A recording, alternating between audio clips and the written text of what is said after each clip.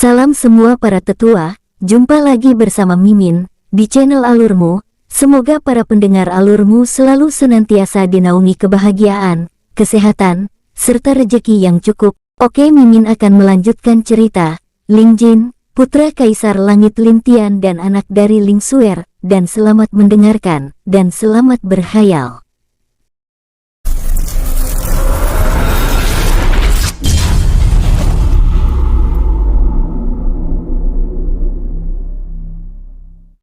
Hari telah senja di wilayah Kekaisaran Han. Matahari mulai terlihat meredup. Di dalam dapur sebuah sekte, seorang pria paruh baya berusia 40 tahun terlihat baru saja selesai mengerjakan pekerjaan sehari-harinya.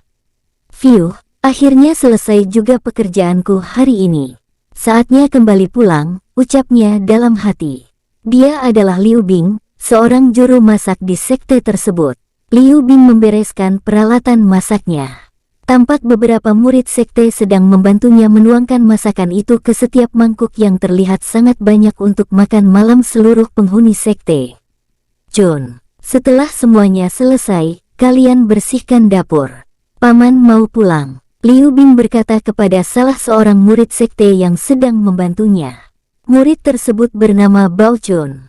Seorang anak laki-laki berusia 7 tahun dan memiliki rambut berwarna merah. Bao Chun adalah anak yang ceria serta mempunyai semangat yang tinggi.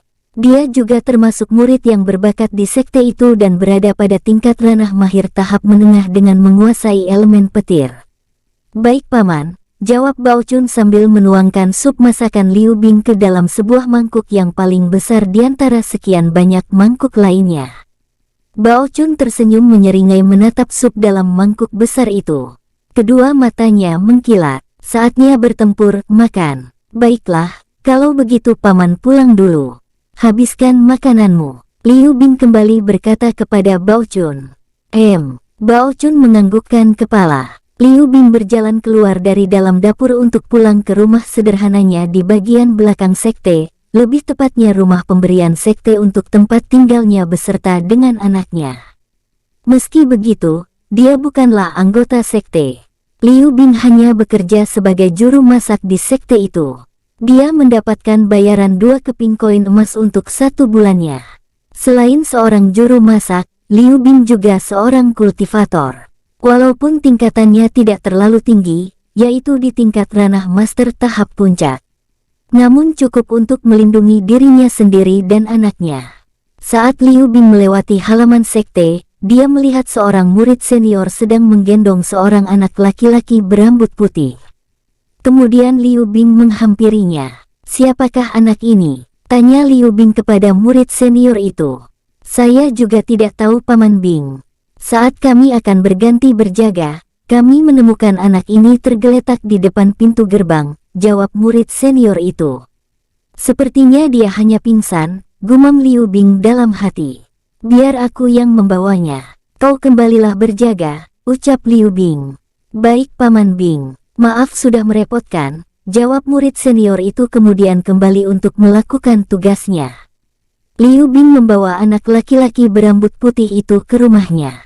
Sesampainya di rumah sederhananya, Liu Bing meletakkan anak tersebut di atas ranjang tempat tidur miliknya. Dia memperhatikan anak laki-laki itu. Meski tengah pingsan, namun tidak menutupi ketampanan anak itu. Sebuah kalung melingkar di lehernya dengan bertuliskan Ling Jin yang berwarna putih dan hitam.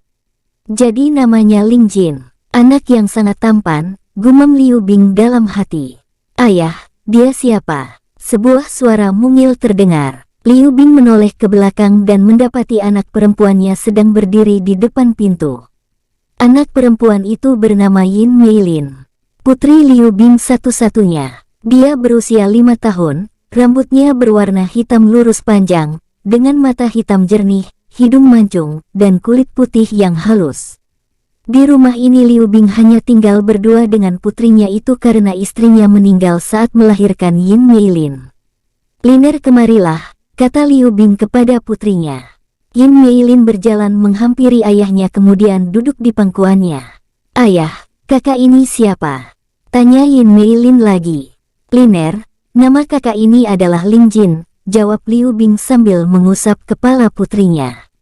Tersirat kasih sayang yang sangat besar saat kedua mata Liu Bing menatap putri semata wayangnya itu. Ayah, apakah kakak Ling Jin sedang tidur? Tanya Yin Meilin. Kakak Ling Jin pingsan liner. Liu Bing menjawab kembali. Pingsan itu apa ayah? Yin Meilin bertanya lagi. Kelak kau akan mengetahuinya sendiri saat kau sudah besar, jawab Liu Bing sambil mencubit pipi putrinya dengan gemas karena tidak berhenti bertanya. Memang Yin Meilin adalah seorang anak yang rasa keingintahuannya tinggi. Apabila dia penasaran terhadap sesuatu, maka dia tidak akan segan-segan untuk bertanya sampai rasa penasarannya terobati. Ayah. Yin Meilin cemberut mengembungkan pipi saat ayahnya mencubit pipinya. Liu Bing terkekeh gemas melihat wajah putrinya. Lalu dia menerawangkan matanya ke arah jendela kamar yang terbuka. Kiawer, aku akan merawat dan menjaga putri kita dengan nyawaku. Aku akan berusaha sekuat tenaga agar kelak putri kita bisa menjadi seorang kultivator yang hebat. Pandangan mata Liu Bing terlihat sendu mengingat mendiang istrinya yang telah tiada. Liner, ayo kita keluar. Biar kakak ini istirahat. Liu Bing berkata sambil menggendong Yin Meilin. Yin Meilin menganggukkan kepalanya. Dan singkat cerita, keesokan harinya, Ling Jin membuka kedua matanya. Di mana ini? Pertanyaan pertama dalam benaknya setelah dia terbangun. Ling Jin memegang kepalanya yang terasa pusing. Ling Jin duduk sejenak di ranjang itu sambil memperhatikan ke setiap sudut ruangan. Tampak di dalam ruangan itu hanya terdapat sebuah meja dengan beberapa buku di atasnya, sebuah lemari kecil dan ranjang tempat tidur yang dia tempati saat ini. Semuanya asing di mata Ling Jin. Setelah mengamati seluruh ruangan itu, Ling Jin berdiri dari tempat tidur tersebut. Kakek, kata itulah yang pertama kali muncul dari bibir Ling Jin. Ling Jin beranjak melangkahkan kakinya keluar. Kakek, kalian di mana? Ling Jin berjalan sambil memanggil-manggil kedua kakeknya. Namun tidak ada jawaban dari dua sosok yang saat ini sedang dia cari. Kau sudah sadar rupanya. Sebuah suara mengejutkan Ling Jin. Dia menoleh ke arah sumber suara dan melihat seorang pria paruh-baya dengan seorang anak kecil perempuan di sampingnya. Pria paruh-baya itu terlihat sedang membawa sebuah keranjang kecil berisi bahan-bahan makanan. Paman siapa? Tanya Ling Jin. Pria paruh-baya itu kemudian menghampiri Ling Jin. Aku adalah Liu Bing dan ini putriku Yin Meilin, jawab Liu Bing sambil memperkenalkan putrinya. Saat memperhatikan Ling Jin, Liu Bing baru sadar jika Ling Jin mempunyai mata yang sangat indah menurutnya. Berwarna biru cerah, menambah ketampanan anak laki-laki tersebut. Anak ini, saat sudah dewasa nanti pasti akan menimbulkan banyak keributan. Liu Bing membatin sambil menghela nafas. Paman, aku ada di mana sekarang? Di mana kedua kakekku? Pertanyaan Ling Jin menyadarkan Liu Bing dari lamunannya. Tenanglah, kau bersihkan dulu badanmu. Aku akan menyiapkan makanan untuk kita.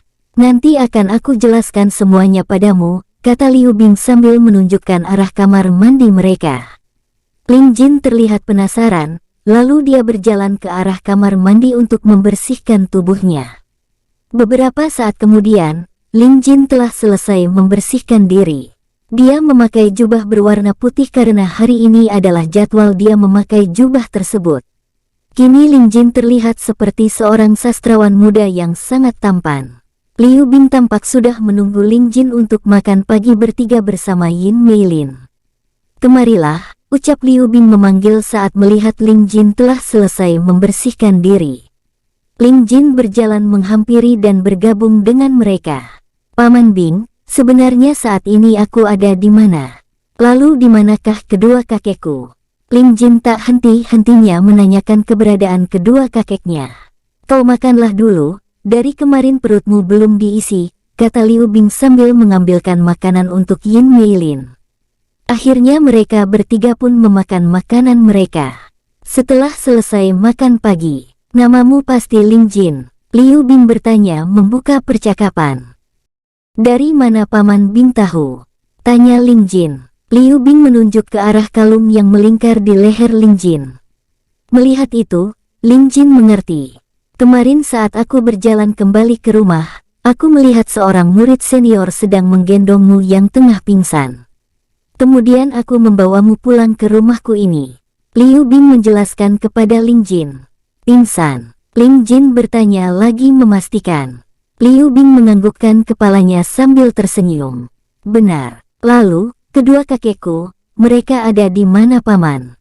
Tanya Ling Jin lagi. Paman tidak tahu di mana kedua kakekmu Jiner, karena saat itu dirimu ditemukan tergeletak seorang diri di depan pintu gerbang, jawab Liu Bing.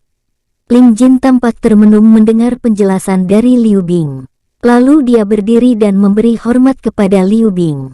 Paman Bing, terima kasih banyak karena telah menolongku. Suatu saat aku pasti akan membalas kebaikan paman, ucap Ling Jin dengan sangat hormat. Kau tak usah sungkan. Bukankah sesama manusia kita harus saling menolong? Ucap Liu Bing. Ling Jin menganggukkan kepalanya. Namun aku tetap berterima kasih kepada paman karena telah menolongku, kata Ling Jin lagi. Kakak sangat tampan. Kalau sudah dewasa nanti, aku mau menjadi kekasih kakak. Yin Meilin tiba-tiba berceletuk. Bibir Liu Bing berkedut. Hai, siapa yang mengajarimu berkata seperti itu? Kau ini masih kecil, kata Liu Bing sambil mencubit lembut pipi Yin Meilin. Ayah. Yin Meilin cemberut karena pipinya dicubit oleh ayahnya. Aku tidak bohong. Kakak Ling Jin memang tampan, imbuhnya sambil mengusap-usap pipi yang dicubit ayahnya. Ling Jin hanya tersenyum canggung mendengar perkataan Yin Meilin. Dan Mimin akan bercerita, sebelum Ling Jin tergeletak dan tidak sadarkan diri. Wush! Mo Jin kembali muncul di dalam jurang bersama Ling Jin. Tampak hari telah senja saat mereka tiba. Kalian sudah kembali. Terdengar suara Sen Ling yang menyapa mereka. Terlihat Sen Ling tengah menunggu mereka bersama King Long. Mo Jin dan Ling Jin menghampiri mereka berdua. Kakek, aku tadi pergi ke tempat asal kakek Jin. Ternyata kakek Jin memiliki kerajaan di sana. Kerajaannya sangat besar. Mereka semua yang ada di kerajaan itu memanggilku Tuan Muda. Bahkan mereka semua bersujud kepadaku kek. Hehehehe. Ling Jin langsung bercerita panjang lebar kepada Sen Ling tentang pengalamannya saat berada di kerajaan iblis di dunia bawah. Sen Ling tersenyum mendengar cerita dari cucunya. Lalu, apa saja yang kau lakukan di sana? Kemarilah. Duduk di dekat kakek. Sen Ling berkata sambil menepuk-nepuk sebuah batu yang berada di sampingnya. Ling Jin menghampiri dan duduk di atas batu itu. Sementara Mo Jin beranjak masuk ke dalam gua kemudian disusul oleh King Long. Tadi aku juga diganggu kek sama dua wanita yang bentuknya aneh. Mereka meraba-raba tubuhku kek. Aku ingin berontak, tapi tubuhku tidak bisa digerakkan.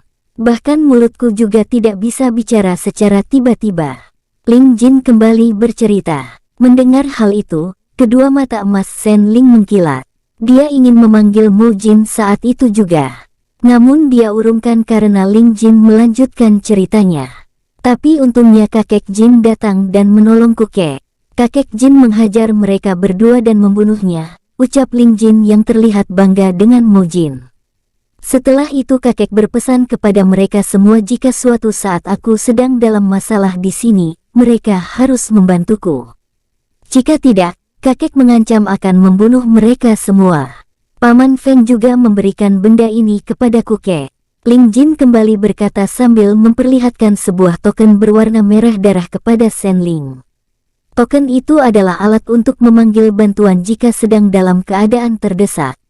Di dalam dunia bawah, token berwarna merah darah hanya dimiliki oleh Mo Lian Feng saja. Sedangkan untuk para jenderal berwarna hijau tua bercorak hitam, dan untuk bawahan berwarna kuning bercorak hitam. Selain itu token tersebut menunjukkan status pemiliknya. Mo Jin juga memberikan token berwarna hitam pekat kepada Ling Jin, di mana token itu adalah simbol keberadaan tertinggi di dunia bawah. Itu karena kakekmu hitam sayang kepadamu Nyinyin, ucap Sen Ling. Paman Feng juga bilang jika aku dalam keadaan terancam aku harus menghancurkan benda ini.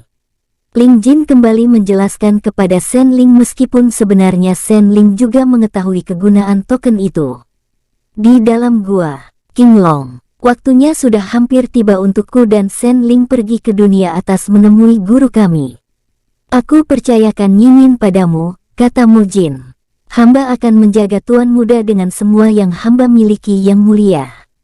Semoga urusan kedua yang mulia leluhur dewa segera selesai dan bisa kembali berkumpul kembali bersama Tuan Muda, jawab King Long sambil menyerahkan kalung milik Ling Jin. Mo Jin memperhatikan kalung itu untuk sesaat. Kemudian dia mengibaskan tangannya dan muncullah jubah berwarna hitam yang sangat banyak dan tampak menggunung. Lalu dia memasukkan jubah-jubah itu ke dalam kalung Ling Jin. Sesaat setelahnya, Mo Jin mengeluarkan banyak sekali pil tingkat Sein dan memasukkannya juga ke dalam kalung tersebut. Pil tingkat Sein hanya terdapat di dunia atas dan merupakan pil tingkat tinggi di sana. Di dunia tengah, para tingkat ranah pertapa sekalipun tidak memiliki pil itu. Bahkan di seluruh dunia tengah tidak ada yang memilikinya. Jika orang-orang tahu keberadaan pil-pil itu, mereka pasti akan saling membunuh demi mendapatkannya. King Long, sementara hanya ini yang bisa aku tinggalkan untuk cucuku. Mo Jin berkata sambil menyerahkan kembali kalung itu kepada King Long. Baik yang mulia, jawab King Long sambil menerima kalung tersebut. Mengenai sesuatu yang ada di dalam kalung itu, Mo Jin bertanya kepada King Long. Mohon maaf yang mulia, untuk yang satu ini, hamba benar-benar tidak bisa mengatakannya karena ini perintah langsung dari Yang Agung. Benda itu disegel langsung oleh Yang Agung. Kelak, hanya Tuan Muda lah yang bisa membukanya. King Long menjawab sambil bersujud. Hah, sudahlah. Karena itu perintah langsung dari guru, maka aku akan memakluminya, kata Mo Jin. Terima kasih yang mulia, ucap King Long. Berdirilah. Mari kita keluar menghampiri mereka. Mo Jin berkata sambil melangkah keluar gua. King Long berdiri kemudian mengikutinya. Setelah bergabung bersama Sen Ling dan Ling Jin, King Long menyerahkan kalung itu kepada Sen Ling. Sen Ling menerima kalung itu kemudian mengeluarkan sebuah cincin. Cincin itu adalah cincin ruang yang berfungsi untuk menyimpan benda-benda di dalamnya. Namun, hanya bisa menyimpan benda mati saja. Berbeda dengan kalung milik Ling Jin yang bisa dimasuki King Long. Kakek, cincin itu untuk apa? Tanya Ling Jin. Kelak kau akan tahu sendiri Nyinyin, jawab Sen Ling sambil memasukkan cincin tersebut ke dalam kalung Ling Jin. Wah, ternyata kalungku bisa untuk menyimpan benda. Aku bahkan tidak tahu sebelumnya. Ling Jin berkata dengan terkejut. Sen Ling hanya tersenyum menanggapinya. Lalu Sen Ling mengajarkan Ling Jin cara menggunakan kalung itu. Nyinyin, untuk bisa menggunakan kalung ini, kau hanya perlu memikirkan benda yang ingin kau keluarkan dari kalung ini. Sedangkan untuk memasukkan benda juga sama, kau hanya perlu memikirkan benda itu dan membayangkannya masuk ke dalam kalungmu, ucap Sen Ling memberi penjelasan. Hanya seperti itu kek? Tanya Ling Jin. Sen Ling mengangguk. Kau harus merahasiakan hal ini kepada orang lain karena akan berbahaya jika ada orang jahat yang mengetahuinya, kata Sen Ling memberi nasihat kepada Ling Jin. Kakek tenang saja, aku akan menghajar mereka jika berani merebut kalungku. Ling Jin menjawab dengan semangat yang berapi-api. Sen Ling, Mo Jin dan King Long hanya tersenyum mendengar perkataan Ling Jin. Kemudian Sen Ling mengusap kepala cucunya itu. Lalu pandangan Ling Jin menjadi gelap saat itu juga. Ling Jin pingsan. Sen Ling memakaikan kalung itu ke leher Ling Jin. Kedua yang mulia leluhur dewa, jaga diri kalian baik-baik. Jika memungkinkan kunjungilah Tuan Muda. King Long berkata sambil memberi hormat. Kemudian King Long berubah menjadi cahaya berwarna biru dan masuk ke dalam kalung tersebut. Setelah itu Sen Ling serta Mo Jin yang menggendong Ling Jin menghilang dan muncul di depan pintu gerbang sebuah sekte yang di atasnya terdapat tulisan. Sekte Pedang Langit. Mo Jin meletakkan Ling Jin di depan pintu gerbang itu. Melihat wajah polos Ling Jin yang sedang pingsan membuat mereka tidak tega untuk meninggalkannya. Beberapa saat setelah memantapkan diri, Sen Ling dan Mo Jin menghilang saat itu juga. King Long yang sedang berada di dalam kalung itu tiba-tiba mendengarkan sebuah suara. King Long, Jika terjadi sesuatu kepada cucuku, akan kukuliti kau hidup-hidup dan aku pajang di pintu gerbang istana langit. Gluk, King Long menelan ludahnya kasar. Tentu dia tahu bahwa suara itu adalah suara milik Mo Jin. Memang di antara Shen Ling dan Mo Jin, ikatan batin Mo Jin lebih kuat terhadap Ling Jin. Meskipun Shen Ling dan Mo Jin sama-sama menyayangi cucu mereka. Kriek, gerbang pintu masuk Sekte Pedang Langit terbuka. Terlihat 4 orang murid sekte keluar dari pintu gerbang itu untuk berjaga. Hei, ada seorang anak yang pingsan. Ucap salah seorang murid dengan terkejut sambil menunjuk ke arah Ling Jin. Ketiga murid lainnya yang melihat Ling Jin tengah pingsan juga ikut terkejut. Mari kita lihat dia, kata salah seorang murid itu. Mereka berempat mendekati Ling Jin. Wajahnya sangat tampan dan rambutnya berwarna putih. Ketiga murid lainnya yang melihat Ling Jin tengah pingsan juga ikut terkejut. Mari kita lihat dia, kata salah seorang murid itu. Mereka berempat mendekati Ling Jin. Wajahnya sangat tampan dan rambutnya berwarna putih. Siapakah anak ini? Sepertinya penduduk di sekitar sekte tidak ada yang berambut putih. Salah seorang murid itu berkata dengan heran. Biar aku bawa dia ke dalam. Kasihan jika dia berada di luar sini dalam keadaan pingsan. Aku akan menyerahkannya kepada tetua. Kalian mulailah berjaga. Aku akan segera bergabung setelah ini, ucap murid yang paling senior di antara mereka. Baik senior, jawab mereka serempak. Murid senior itu lalu menggendong Ling Jin dan membawanya masuk ke dalam sekte. Dan ini cerita yang sekarang tetua alurmu. Masih di ruang makan di dalam rumah Liu Bing. Ling Jin termenung memikirkan peristiwa yang terjadi pada dirinya saat ini. Ciner, apa kau tidak ingat kejadian terakhir sebelum kau pingsan dan berakhir tergeletak di depan pintu gerbang sekte? Pertanyaan Liu Bing membuyarkan lamunan Ling Jin. Aku. Seingatku waktu itu aku sedang berbincang bersama kedua kakekku dan King Long. Kami berbincang-bincang di depan rumah kami gua. Lalu kakek Ling mengajariku Ling Jin menghentikan kata-katanya karena teringat pesan dari kakeknya Shen Ling untuk tidak membocorkan rahasia mengenai kalungnya. Lalu tiba-tiba saja pandanganku menjadi gelap. Entahlah, setelah itu aku tidak ingat apa-apa lagi Paman Bing, ucap Ling Jin. Liu Bing manggut-manggut mendengar penjelasan Ling Jin. Apa mungkin mereka yang melakukan ini padamu? Atau mungkin waktu itu kalian mendapatkan serangan secara tiba-tiba dari orang-orang yang sangat kuat sehingga kalian tidak sempat menyadari serangan itu. Ucap Liu Bing mengatakan kemungkinan yang masuk akal yang menyebabkan Ling Jin pingsan. Mustahil kakekku yang melakukannya Paman. Mereka sangat menyayangiku. Kalaupun mereka akan pergi jauh, aku yakin mereka pasti akan mengajakku. Sedangkan untuk serangan, aku masih ragu Paman karena kedua kakekku sangatlah kuat, kata Ling Jin. Liu Bing mengangguk mengiyakan perkataan Ling Jin karena dia berpikir mana ada cucu yang menganggap kakeknya lemah. Lalalala, terdengar suara mungil Yin Meilin yang sekarang sedang bermain di halaman rumahnya sambil berdendang. Ciner, berapa usiamu saat ini? Dan sampai di tingkat apa kultivasimu? Liu Bing bertanya karena dia tidak bisa merasakan tingkat kultivasi Ling Jin.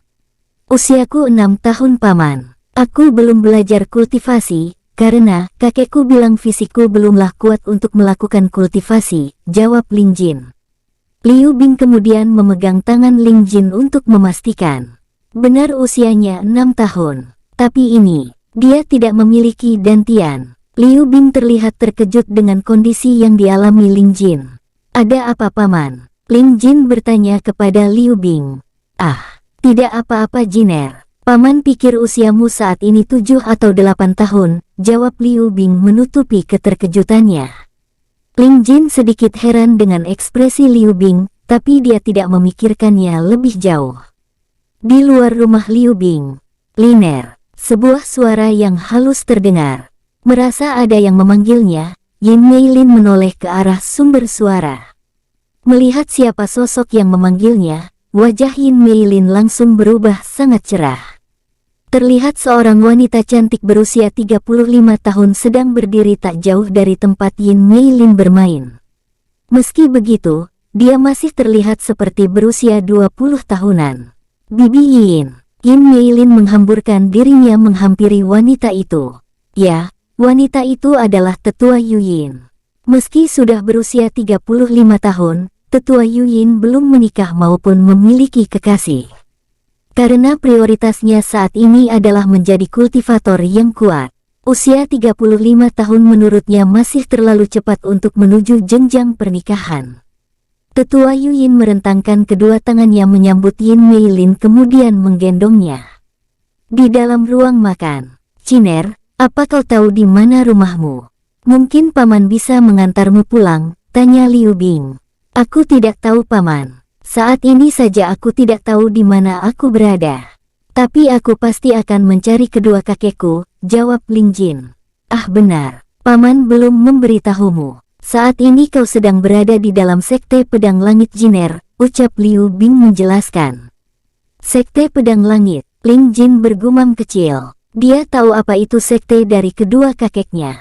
"Bibi Yin." Terdengar suara mungil Yin Meilin memanggil sebuah nama dengan lantang di luar rumah. Liu Bing langsung menjadi salah tingkah mendengarnya. Tentu dia tahu siapa pemilik nama yang dipanggil putrinya saat ini. Liu Bing segera merapikan rambut dan pakaiannya. Tak lama kemudian, "Selamat pagi Tuan Bing." Sebuah suara yang sangat merdu membelai dengan lembut. Selamat pagi Tetua Yin," ucap Liu Bing salah tingkah. Kini kedua matanya tampak membulat sempurna. Di hadapannya berdiri seorang dewi yang sangat cantik tiada taraf yang sedang menggendong seorang anak perempuan. Bahkan bulan pun akan bersembunyi apabila bertemu dengannya karena malu. Seluruh tubuhnya memancarkan kemilau sinar yang sangat menenangkan dan memabukkan. Terlihat juga bunga-bunga yang indah mengitari tubuh dewi itu. "Suamiku, susu anak kita sudah habis." Lantunan indah itu terdengar di telinga Liu Bing dengan sangat halus dan penuh kasih sayang bagaikan sajak-sajak suci yang turun dari nirwana. Tuan Bing," perkataan tetua Yu Yin membuyarkan lamunan surga yang sedang dihayati oleh Liu Bing. Iya tetua Yin." Liu Bing gelagapan menjawab perkataan tetua Yu Yin. "Apa Tuan Bing mendengarku?" tanya tetua Yu Yin lagi. Iya. "Tentu aku mendengarnya. Ada yang bisa aku bantu?" Liu Bing kembali bertanya. Tetua Yu Yin menggeleng-gelengkan kepala karena harus mengulangi perkataannya. "Patriark memanggil Tuan Bing dan anak laki-laki ini," ucap tetua Yu Yin. Sebenarnya dalam hati tetua Yu Yin kagum dengan ketampanan Ling Jin. Namun dia berhasil menyembunyikan kekagumannya dengan baik. Itulah salah satu kehebatan dari wanita. "Aku akan mengajak Liner jalan-jalan keluar," imbuh tetua Yu Yin. "Baik tetua Yin. Maaf sudah merepotkan," jawab Liu Bing. "Yeay, jalan-jalan." Yin Meilin bersorak sangat senang karena akan diajak jalan-jalan. "Apa Liner senang bibi ajak jalan-jalan?" tanya tetua Yu Yin sambil tersenyum hangat kepada Yin Meilin. Yin Meilin mengangguk senang. "Baik, nanti bibi belikan manisan untuk Liner," kata tetua Yu Yin lagi. "Hori, terima kasih bibi," sorak Yin Meilin kegirangan sambil memeluk tetua Yu Yin. Tetua Yu Yin pun membalas pelukan Yin Meilin dengan hangat. Gluk, Liu Bing menelan ludahnya melihat pemandangan yang kini dia saksikan di hadapannya. "Harusnya aku yang di sana. Tuan Bing, sebaiknya bergegas sekarang karena patriark mungkin sudah menunggu di aula sekte." Tetua Yu Yin kembali berkata. Baiklah. Titip Liner tetua Yin," kata Liu Bing yang masih gugup. Tetua Yu Yin mengangguk sambil mengusap pucuk rambut Yin Meilin. "Kalau begitu saya pamit ke aula sekte tetua Yin," ucap Liu Bing lagi kemudian mengajak Ling Jin untuk bergegas menuju aula sekte Pedang Langit. Setelah itu tetua Yu Yin beranjak keluar untuk jalan-jalan di kota sekitar sekte bersama Yin Meilin. Berita mengenai ditemukannya seorang anak laki-laki berambut putih yang pingsan di depan pintu gerbang sekte memang sudah menjadi perbincangan hangat di seluruh wilayah sekte Pedang Langit. Patriark Sekte Pedang Langit memanggil Liu Bing dan Ling Jin karena tahu dari seorang murid senior jika Liu Bing membawa anak laki-laki itu ke rumahnya. Paman, sebenarnya apa yang ingin dibicarakan Patriark itu hingga memanggil kita ke aula? Ling Jin bertanya kepada Liu Bing di tengah perjalanan mereka. Mungkin Patriark ingin menanyakan beberapa hal mengenai dirimu Jiner, karena Paman memang belum melapor tentang keberadaanmu di rumah Paman kepada tetua maupun Patriark, jelas Liu Bing. Paman, apa nanti Paman akan dihukum karena aku? Kalau begitu aku minta maaf Paman. Aku akan menjelaskan kepada Patriark dan setelah itu aku akan segera pergi agar Paman tidak terkena hukuman dari Patriark. Ling Jin berkata sambil membungkukkan badannya. Hais, kau ini bicara apa? Tidak akan ada yang dihukum. Patriark hanya akan bertanya beberapa hal saja, Liu Bing berkata sambil menegakkan tubuh Ling Jin. Hei lihat, sepertinya itu adalah anak laki-laki yang pingsan di depan pintu gerbang sekte. Seorang murid berkata kepada temannya. Iya kau benar, aku dengar Patriark memanggilnya dan Paman Liu Bing, jawab seorang murid lainnya. Apa dia akan diangkat menjadi murid di sekte ini? Wah, dia sangat tampan. Lihat, matanya berwarna biru, sangat indah. Jika dia sudah besar nanti, aku yakin banyak yang akan menyukainya. Aku bersedia jika harus menunggu dia dewasa. Apa yang kau katakan? Bersihkan dulu gigimu. Berbagai macam komentar dari murid-murid sekte baik itu murid laki-laki maupun murid perempuan terdengar saat Ling Jin dan Liu Bing melewati halaman tempat berlatih para murid. Tapi Ling Jin sama sekali tidak menghiraukan komentar-komentar itu dan tetap berjalan dengan tenang. Di dalam halaman berlatih itu, terlihat 4 orang anak laki-laki sedang menatap ke arah Ling Jin dengan sinis. Kakak Feng, jika anak itu menjadi murid di sini, aku khawatir tempatmu akan digeser olehnya. Lihatlah murid-murid perempuan, semua melihat ke arahnya seolah-olah kita tidak ada di sini. Tang Jin Song memanas-manasi seorang anak yang dia panggil kakak. Anak yang dipanggil kakak tersebut adalah Mu Yin Feng. Dia adalah seorang anak yang angkuh dan sangat arogan. Dengan mengandalkan latar belakangnya, dia sering berbuat sewenang-wenang terhadap murid lain. Namun tidak ada yang berani melaporkannya. Mu Yin Feng berusia 7 tahun dengan rambut hitam pendek sedikit bergelombang. Dia juga merupakan murid yang jenius di Sekte Pedang Langit dan baru saja naik tingkat ke tingkat ranah mahir tahap menengah, sama seperti Bao Chun. Hanya saja fisiknya lebih kecil dari Bao Chun. Jika memang begitu, maka hidupnya tidak akan pernah tenang karena berurusan denganku. Mu Yin Feng menjawab dengan sorot mata yang mengandung kebencian. Di dalam aula Sekte Pedang Langit, seorang pria paruh baya berjenggot panjang berwarna hitam sedang duduk di kursi patriark dengan sangat angkuh.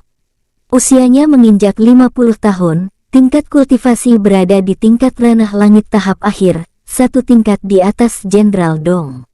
Orang itu adalah Mu Bai, patriark Sekte Pedang Langit dan juga ayah dari Mu Yin Feng. Terlihat juga tetua Wen Li, tetua Chun Jihai, dan tetua Tang Zu ayah dari Tang Jin Song berada di aula tersebut. Patriark, selamat karena putra patriark telah berhasil naik tingkat. Tetua Chun Jihai berkata kepada Patriark Mu Bai. Terima kasih Tetua Ji. Aku juga tidak menyangka jika Funger bisa naik tingkat lebih cepat dari perkiraanku, jawab Patriark Mu Bai dengan nada angkuh. Tetua Ji, menurutmu apa yang harus aku lakukan terhadap Liu Bing? Saat ini wajahku telah tercoreng olehnya. Patriark Mu Bai bertanya kepada Tetua Chun Jihai. Mohon maaf Patriark, tapi dia hanya menolong seorang anak kecil yang pingsan. Lebih baik, kita menunggu Liu Bing dan anak itu sampai di sini untuk dimintai keterangan, jawab Tetua Chun Jihai. Hanya itu yang keluar dari mulut Patriark Mu Bai. Tiba-tiba seorang murid datang dan melapor bahwa Liu Bing dan Ling Jin sudah sampai di depan aula sekte. Suruh mereka masuk, perintah Patriark Mu Bai. Kemudian murid tersebut kembali keluar untuk menyampaikannya kepada Liu Bing. Sesaat setelah itu, Ling Jin dan Liu Bing berjalan memasuki aula sekte. Hormat kepada Patriark Sekte Pedang Langit. Liu Bing berkata sambil memberi hormat diikuti oleh Ling Jin. Masih punya sopan santun juga kau rupanya setelah membawa orang asing masuk ke dalam sekte tanpa memberikan laporan. Patriark Mubai berkata dengan sangat sinis. Mohon maaf Patriark, waktu itu dia dalam keadaan pingsan dan tidak mungkin saya membiarkannya pingsan di depan gerbang sekte.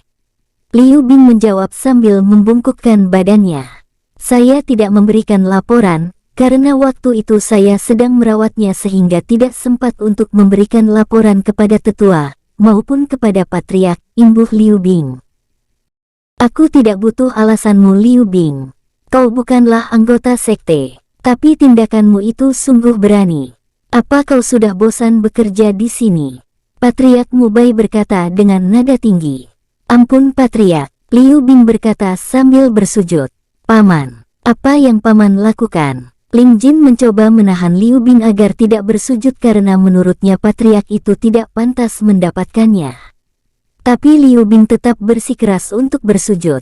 Maaf Patriark, Liu Bing hanya menolong anak itu. Lagi pula, apa kata orang-orang nanti jika tahu sekte pedang langit membiarkan seorang anak yang pingsan di depan pintu gerbang sekte?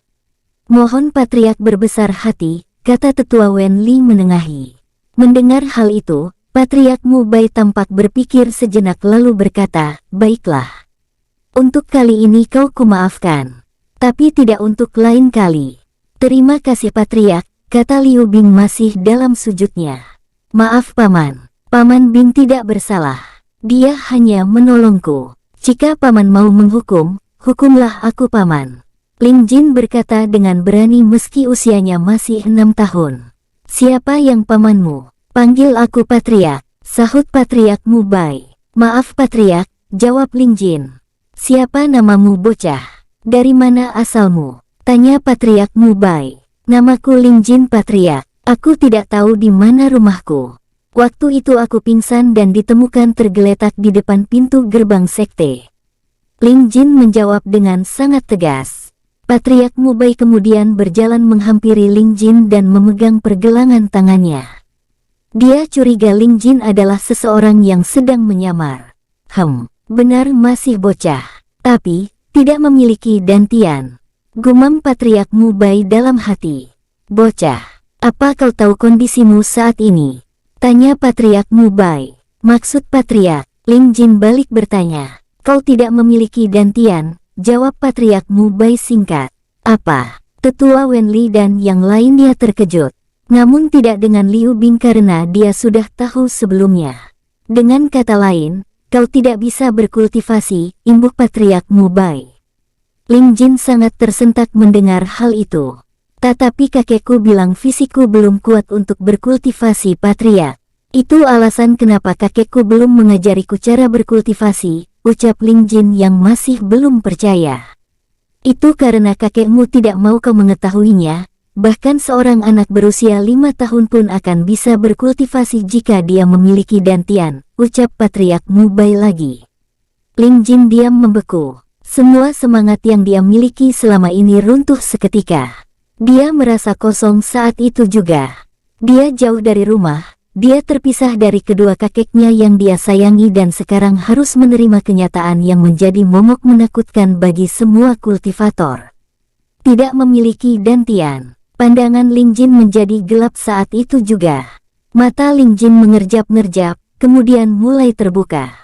Kau sudah sadar, terdengar sebuah suara yang tidak asing baginya. Dia menolehkan kepala ke arah sumber suara. Terlihat Liu Bing sedang duduk bersama tetua Wen Li tak jauh dari ranjang tempatnya terbaring. Ling Jin tidak menjawab, lalu dia mengambil posisi duduk dan masih terdiam. Tetua Wen Li menghampiri Ling Jin dan duduk di sampingnya. Kau tenangkanlah dulu hatimu. Aku sudah memintakan izin kepada Patriark agar kau boleh tinggal di rumah Liu Bing. Namun karena kau bukan anggota sekte, kau dilarang pergi ke halaman latihan, perpustakaan, maupun mengamati murid-murid berlatih, jelas tetua Wen Li sambil memegang pundak Ling Jin. Ling Jin tetap masih terdiam. Liu Bing, aku pamit dulu. Kau rawatlah dia agar kondisinya lekas membaik. Hanya ini yang bisa aku lakukan untuk membantumu, kata tetua Wen Li. Terima kasih banyak Tetua Li. Ini sudah lebih dari cukup. Liu Bing menjawab sambil membungkukkan badannya. Lalu Tetua Wen Li beranjak keluar dari rumah Liu Bing menuju ke kediamannya. Tak lama setelah itu, muncul Bao Chun masuk ke dalam kamar. Bao Chun memang sering mengunjungi rumah Liu Bing saat dia sedang bosan ataupun jika suasana hatinya sedang buruk. Maka dari itulah Bao Chun sudah menganggap rumah Liu Bing seperti rumahnya sendiri, dan Liu Bing tidak mempermasalahkannya, karena Liu Bing sudah menganggap Bao Chun seperti keponakannya sendiri. "Hei, kau sudah sadar? Bagaimana keadaanmu?" tanya Bao Chun. Ling Jin tetap hanya terdiam. "Baiklah kalau tidak mau bicara. Perkenalkan, aku Bao Chun. Kau boleh memanggilku Chun atau laki-laki yang tampan dan pemberani." Bao Chun berkata sambil membusungkan dadanya. Liu Bing menggelengkan kepalanya melihat tingkah Bao Chun. "Aku Ling Jin," ucap Ling Jin singkat. "Karena mulai sekarang kau tinggal di sini, maka kau resmi menjadi temanku." Bao Chun berkata lagi sambil meraih tangan Ling Jin dan mengajaknya bersalaman secara sepihak. Ling Jin hanya tersenyum simpul. "Kau tenang saja. Selama ada Bao Chun di sini, maka tidak akan ada yang mengganggumu. Karena siapapun yang mengganggu temanku, akan berurusan dengan Bao Chun," ucap Bao Chun lagi membanggakan dirinya. Ling Jin tersenyum. "Terima kasih." Dan singkat cerita, 4 tahun berlalu. Seorang anak laki-laki berumur 10 tahun terlihat sedang melakukan squat jam dengan memanggul sebuah batang pohon yang cukup besar di depan sebuah rumah sederhana. Wajahnya sangat tampan rupawan, dengan mata berwarna biru cerah, dewa pun akan iri jika melihat ketampanannya. Tersirat suatu tujuan yang besar dari sorot matanya yang sangat tajam.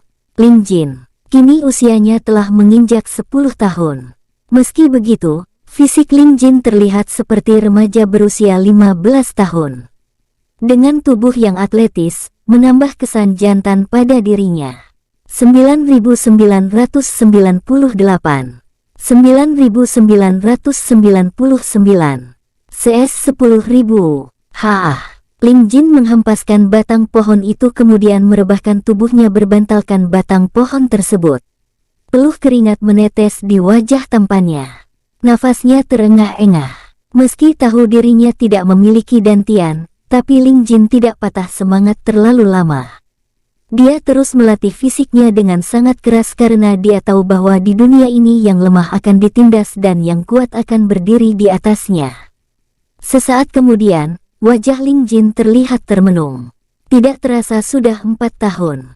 "Kakek, King Long, suatu saat aku pasti akan menemukan kalian bertiga kembali." Ling Jin bertekad dalam hati kemudian memejamkan matanya. Yur-yur, dahi Ling Jin berkerut. "Kenapa tiba-tiba hujan?" Ling Jin berkata dalam hati. Tak lama setelahnya, terdengar suara tawa cekikikan. Ling Jin membuka mata dan melihat ke arah sumber suara. Terlihat Yin Meilin sedang membawa ember kayu berisi air sambil tertawa ke arahnya. Yin Meilin kini berusia 9 tahun. Dia akhirnya bisa menjadi murid Sekte Pedang Langit karena lolos seleksi. Yin Meilin terbilang jenius di kalangan murid seusianya dengan berada di tingkat ranah mahir tahap akhir dan menguasai elemen es. Dia diangkat menjadi murid langsung oleh Tetua Yu Yin karena elemen es termasuk langka di benua tengah. Yin Meilin selalu berlatih dengan giat selama ini karena dia sadar dia tidak berasal dari keluarga yang terpandang. Untuk itu jalan satu-satunya yang terbaik menurutnya adalah dengan menjadi kultivator yang hebat agar tidak diremehkan orang lain. "Kau itu, tidak bisa melihat orang sedang santai saja," gerutu Ling Jin. "Lagi pula kenapa kakak tidur di situ? Kalau mau tidur di kamar sana." Yin Meilin berkata sambil terus tertawa melihat wajah kesal Ling Jin. "Liner, cepat siram tanaman sayuran kita. Kau ini bisa tidak sehari saja tidak mengganggu kakakmu." Liu Bing berkata sambil menghampiri mereka berdua. Ya, semenjak kejadian 4 tahun yang lalu, Liu Bing memutuskan untuk mengangkat Ling Jin sebagai anak. Yin Meilin sangat senang karena punya kakak dan kakaknya sangat tampan. Semenjak itu pula Yin Meilin memiliki hobi baru, yaitu mengganggu Ling Jin. Ayah. Yin Meilin memanyunkan bibirnya kemudian beranjak menuju ke arah kebun kecil mereka. Liu Bing menggelengkan kepala melihat tingkah putrinya. Ayah. Ling Jin menyapa ayah angkatnya. Jiner, bersihkan badanmu lalu makan pagi, setelah itu kau pergilah berbelanja bahan-bahan makanan yang sudah ayah tuliskan ini. Hari ini Kaisar Han Wu datang untuk mengunjungi putrinya. Liu Bing berkata sambil menyerahkan sekantung uang koin dan daftar belanja. Baik ayah, jawab Ling Jin. Aku ikut, terdengar sahutan suara Yin Meilin dari kebun. Tidak, jawab Ling Jin. Pokoknya ikut, awas kalau aku tidak diajak. Sahut suara Yin Meilin lagi. Liu Bing menghela nafasnya. Ya sudah, sana bergegaslah. Ajaklah adikmu, kata Liu Bing. Baik ayah, jawab Ling Jin lagi dengan malas kemudian beranjak masuk ke dalam rumah. Yeay, sorak suara kemenangan Yin Meilin dari kebun. Liu Bing menatap punggung Ling Jin dengan hangat. Meskipun hanya anak angkat, Liu Bing sangat menyayangi Ling Jin. Dia bahkan tidak membeda-bedakan antara Ling Jin dan Yin Meilin. Apalagi Ling Jin adalah anak yang baik, penurut dan rajin membantunya. Putraku, ayah doakan semoga suatu saat nanti kau dapat mengubah takdirmu saat ini. Kita beralih sesampainya Ling Jin dan adiknya di pasar tetua alurmu. Kakak, kenapa harus aku yang membawanya? Protes Yin Meilin sambil memanggul sebuah bungkusan yang besar di punggungnya. Sudah, jangan cerewet, kau tidak tahu seberapa yang harus dibeli. Jadi lakukan saja tugasmu, jawab Ling Jin. Hehehehe. Aku balas kau rubah cilik. Ling Jin diam-diam menyeringai. Menyebalkan. Tahu begini aku tidak ikut dan membantu Bibi Yin. Yin Meilin terus menggerutu. Namun Ling Jin hanya bersiul-siul tidak menghiraukannya sambil terus berjalan dengan sangat santai dan sangat pelan. Kakak dengar aku tidak? Yin Meilin terus mengoceh tanpa henti. Karena tidak memperhatikan jalan, Yin Meilin menabrak seseorang. Bruk! Yin Meilin terjatuh beserta barang bawaannya. Di depannya tampak seorang anak perempuan seusia Yin Meilin tengah bangun dan membersihkan pakaiannya. Kau itu tidak punya mata ya? Ucap Yin Meilin dengan kesal. Padahal jelas-jelas dialah yang tidak memperhatikan jalan. Tapi karena suasana hatinya sedang buruk, dia tidak mau tahu itu. Pokoknya dia tidak salah. Aku. Jelas-jelas kau yang menabrakku. Tampaknya kau buta. Anak perempuan itu menjawab dengan tidak kalah sengit. Perdebatan mereka menjadi perhatian para pedagang dan pembeli yang ada di situ. Lihat, gadis itu sungguh berani melawan Tuan Putri. Kau benar, gadis itu tidak sadar sedang berhadapan dengan siapa. Berbagai komentar mulai terdengar. Apa? Kau bilang aku apa? Coba ulangi sekali lagi kalau berani. Jangan kau kira karena kau seorang Tuan Putri aku takut padamu, kata Yin Meilin dengan berteriak. Meski tahu identitas lawan bicaranya, Yin Meilin terlihat tidak takut sama sekali. Suasana hatinya benar-benar sedang buruk saat ini karena seseorang. Ling Jin, buta. Gadis itu berkata berulang-ulang dengan ekspresi wajah yang mengejek. Kau, Yin Meilin mencengkeram pakaian gadis itu. Hei, berani sekali kau berbuat kasar kepada Tuan Putri Xin Xiaoyu. Teriak seorang anak gadis lainnya sambil menghempaskan tangan Yin Meilin dengan kasar. Dua anak gadis yang sebaya dengan Yin Meilin berdiri di depan Xin Xiaoyu. Mereka adalah teman-teman Xin Xiaoyu. Kalian mau apa? Kalian kira aku takut? Ucap Yin Meilin dengan sengit. Kau tidak takut dikeluarkan dari sekte karena melawan Tuan Putri. Sadarlah siapa dirimu dan siapa Tuan Putri Xin Xiaoyu, kata teman Xin Xiaoyu. Kau, kata-kata Yin Meilin terhenti karena Ling Jin menghampirinya dan berdiri menghadap ke arahnya. Liner, apa yang kau lakukan? Tugas kita belum selesai. Jangan membuat masalah. Ling Jin berkata menasehati Yin Meilin. Xin Xiaoyu kemudian maju dan berkata dengan seorang remaja berambut putih yang berdiri membelakanginya. Hei kau, urus adikmu itu dan pergi dari sini. Waktuku untuk berjalan-jalan jadi terbuang sia-sia karena gadis miskin itu. Xin Xiaoyu berkata dengan sangat angkuh. Apa? Apa kau bilang? Tanya Ling Jin tanpa menoleh ke arah Xin Xiaoyu. Memang dia gadis miskin kan? Memangnya dia siapa? Ucap Xin Xiaoyu lagi. Ling Jin membalikkan badannya. Mata Xin Xiaoyu dan kedua temannya melotot saat itu juga. Tampan sekali. Dengar Tuan Putri yang terhormat. Kau boleh menghinaku sesuka hatimu, tapi jangan pernah kau menghina keluargaku. Kalau mau meludah, ludahkan ke wajahku, jangan sekali-sekali kau meludahi wajah keluargaku. Atau aku tidak akan segan-segan meski kau seorang Tuan Putri sekalipun. Ling Jin berkata dengan nada tinggi lalu dia mengambil barang belanjaannya dan segera menarik tangan Yin Meilin menjauh dari tempat itu. Siapa dia? Apa dia kakak Yin Meilin? Tapi kenapa aku tidak pernah melihatnya di sekte? Xin Xiaoyu bertanya dalam hati. Wah, dia tampan sekali. Tapi kenapa dia kakak gadis miskin itu? Menyebalkan, gerutu salah seorang teman Xin Xiaoyu. Lalu mereka bertiga beranjak kembali ke sekte. Dan kita beralih ke Ling Jin lagi tetua alurmu. Liner, kau itu kenapa? Jangan sembarangan membuat masalah dengan orang lain. Ling Jin berkata kepada Yin Meilin. Semua ini gara-gara kakak, jawab Yin Meilin. Apa? Aku? Jelas-jelas kau yang menabraknya, kenapa aku yang kau salahkan? Ling Jin tampak tak terima. Iya karena kakak, kalau kakak tidak menyuruhku membawa barang sebanyak ini, semua itu tidak akan terjadi. Jawab Yin Meilin dengan ketus.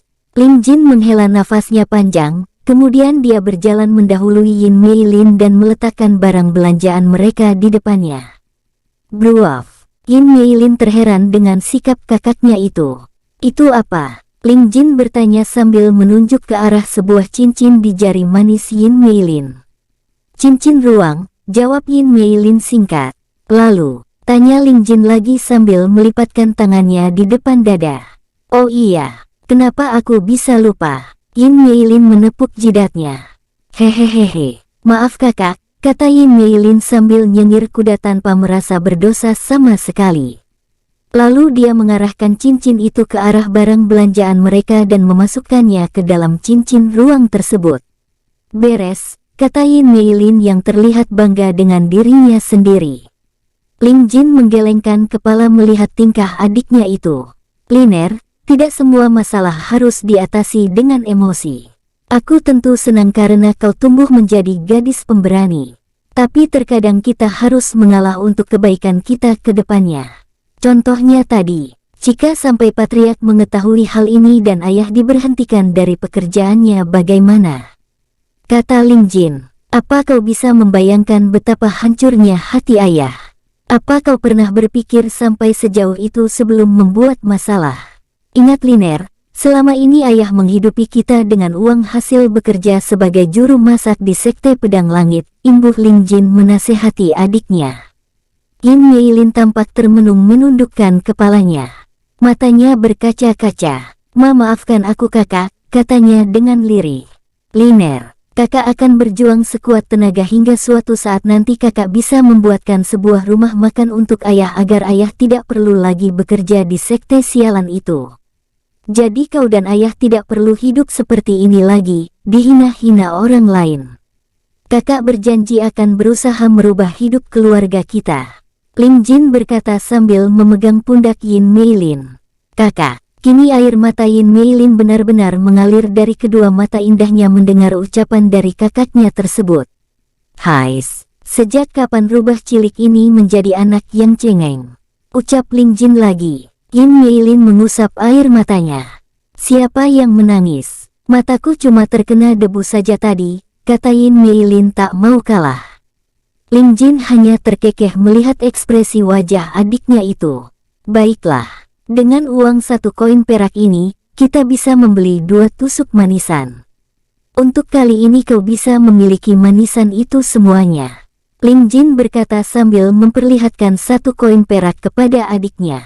Setiap kali berbelanja untuk kebutuhan sekte, Ling Jin selalu mendapat upah 1 koin perak dari Liu Bing. Tentu saja jika Yin Meilin mengetahuinya, dia tidak akan menyia-nyiakan kesempatan itu untuk merampok kakaknya. Benarkah? Wajah Yin Meilin berubah cerah seketika. Ling Jin menganggukkan kepala. Ye. Yin Meilin bersorak senang. Kedua kakak beradik itu pun kemudian berjalan bergandengan tangan, dengan riang untuk membeli manisan kesukaan Yin Meilin. Sore hari yang cerah di Sekte Pedang Langit.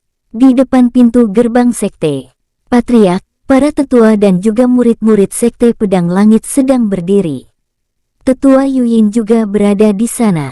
Yin Meilin berdiri di samping Tetua Yuyin. Sedangkan Patriark Mubai tampak berdiri di bagian paling depan dengan Mu Yinfeng berada di sebelah kanan dan Xin Xiaoyu di sebelah kirinya. Mereka sedang menunggu dengan hati yang sedikit berdebar-debar, karena yang mereka tunggu bukanlah sosok sembarangan dan merupakan orang nomor satu di Kekaisaran Han. Kaisar Han Wu. Di mana dia? Apakah dia tidak ikut menyambut kedatangan ayah? Xin Xiaoyu mengarahkan pandangannya ke sana kemari mencari keberadaan seseorang. Kenapa aku terus kepikiran dengannya? Aku bahkan baru pertama kali melihat wajahnya, gumam Xin Xiaoyu dalam hati. Tak lama kemudian terdengar suara derap langkah kaki kuda dari kejauhan. Terlihat dua kereta kuda kerajaan dengan iring-iringan prajurit pilihan semakin mendekati sekte. Jenderal Dong juga ikut dalam rombongan itu. Semua yang berdiri di pintu gerbang sekte mempersiapkan diri mereka menyambut kedatangan sang kaisar. Rombongan itu pun tiba. Kereta kuda yang paling mewah berhenti tepat di depan pintu gerbang. Disusul kereta kuda mewah lainnya berhenti di belakangnya.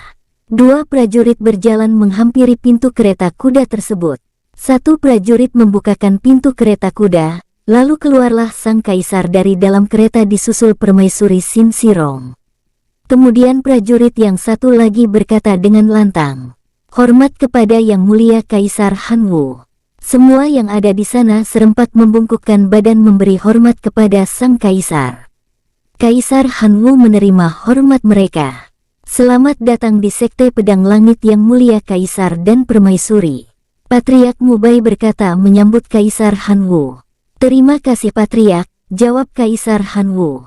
"Ayah, Ibu." Xin Xiaoyu menghampiri kemudian memeluk mereka satu persatu.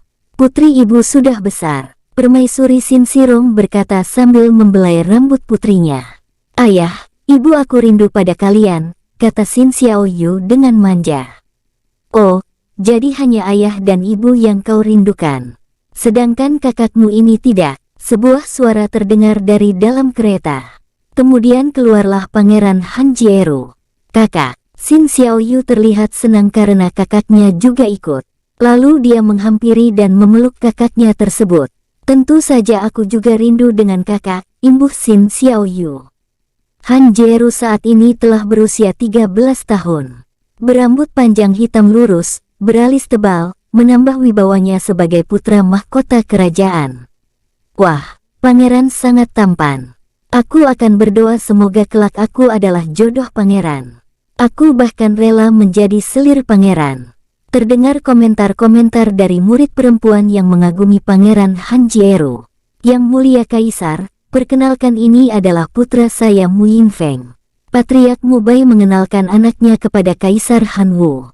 "Salam Yang Mulia Kaisar." Mu Yinfeng membungkuk memberi hormat. Kaisar Han Wu menganggukkan kepalanya sambil tersenyum. Patriark Mubai yang melihatnya kemudian sedikit tersenyum misterius. "Cih, tidak ayahnya tidak anaknya, yang namanya ular semuanya sama saja," gumam seorang anak laki-laki berambut merah ketika melihat adegan tersebut. Tetua Yuyin yang kebetulan berada di sampingnya bersama Yin Meilin mendengar gumaman anak itu lantas mencubit pinggangnya dengan keras. Adao.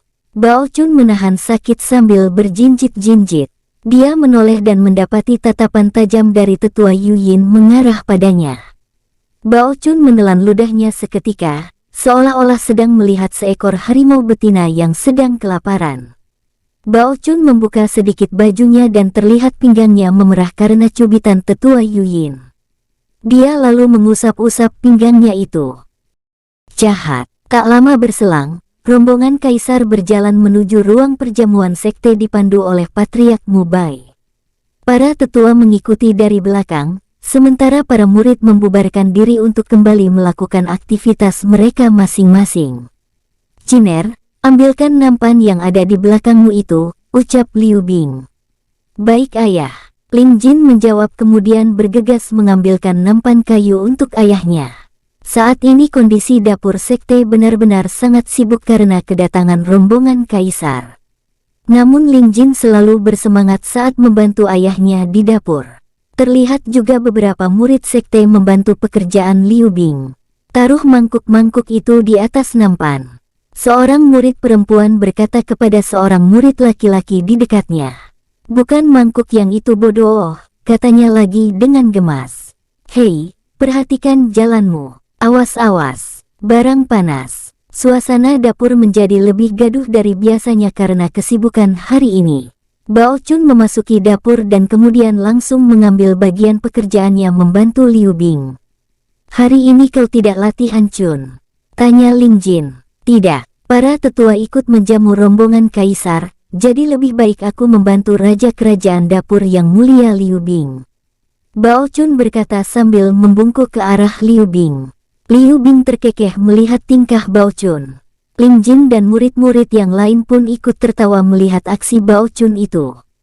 "Ayah, suatu saat aku pasti akan membuatkan rumah makan yang besar untukmu."